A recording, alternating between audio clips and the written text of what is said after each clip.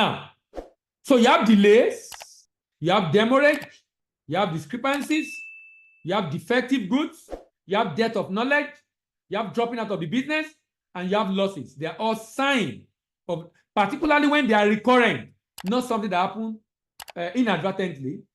Force majeure issue like COVID. I'm talking about things that happen frequently. And like I said, if I'm saying, oh, I want to do it, but my challenge is getting buyer, those are signs of lack of export readiness. Delay can be said to occur when something happens later than it should. A business that perpetually has delay at every critical point in the export process is not ready to go global. Delay is a sign of knowledge gap in effectively managing the export process. Delay is a common phenomenon in international trade transactions because of enormous amount of documentation and the logistics and supply chain management involved. However, each delay that occurs could be a lesson that should make the transaction better the next time. But if this is not the case, the exporting company lacks capacity to manage the business, and this is a sign that it's not ready to go global. This delay can occur at different points in the business. It can be delay in getting buyers, it can be delay in procurement of material. That means you don't know that you don't, if you know that there, you know the season, then you know the people to get it from and when to get it from them. Delay in getting the product, delay in sourcing for finance, delay in production, delay in processing documentation, delay in movement of goods to the port of loading, delay in export clearance, delay in shipment to the port of destination, delay in payment, delay in repeat business. Delay in repeat business. Because after the first transaction, the person, there was an issue, and the person says, no, he doesn't want to buy from you again. Demurrage. Demurrage is the fee paid for the usage of container beyond the free period while the container is in the custody of the shipping line. Demurrage is the fee paid for the usage of container beyond the free period while container is in the custody of the shipping line. Typically, a shipping line often gives about 5 to 7 days after which demurrage should begin to count. A business that always pays demurrage fee to the shipping line is not able to go global. Demurrage is a sign of knowledge gap in efficiently managing the process. This is because demurrage is an extra cost that an export business has to pay the shipping line for being unable to ship as at when due, probably because of documentation issues. So the custom did not clear the good for export.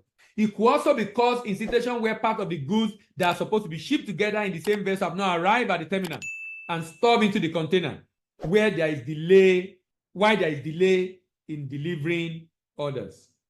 Discrepancy. This discrepancy is a big issue when you are dealing with letter of credit transaction.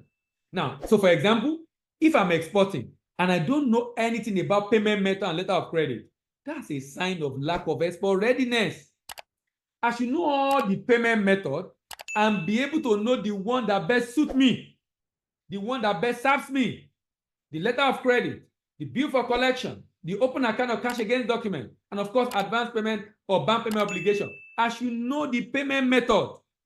Letter of credit, for example, discrepancy is a big challenge.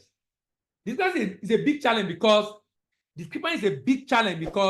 of inconsistency in information contained in the document presented vis-a-vis the letter of credit terms and conditions. Because a letter of credit is an undertaking of the buyer's bank given to the seller, which give assurance of payment when shipment is made and documents are presented that conform to the terms of the credit. It's an undertaking of the buyer's bank given to the seller, which give assurance of payment when shipment is made and documents are presented that conform to the terms and conditions of the credit. Letter of credit is the most widely used, one of the most widely used trade finance instruments in the world, and it's been used for hundreds of years. If you are into import, you will have come across it, and you probably are aware of it if you are into import. But if you are not into import, you might not have heard of it. But before you do that, you should be aware that this is an option I can use. And if I'm not using this option, I'm using another option, I should know what are the risks and how do I mitigate that risk. Discrepancy is said to occur when the detail of shipping document presented to the importer contradict the detail of the agreement reached on the sales contract or through a letter of credit issued by the importer's bank. This discrepancy could be as simple as late shipment, and this occurs when the shipping document indicates a shipment date different from the date on the agreement. This discrepancy can lead to delay in payment and in some cases rejection of the shipping document and the goods altogether.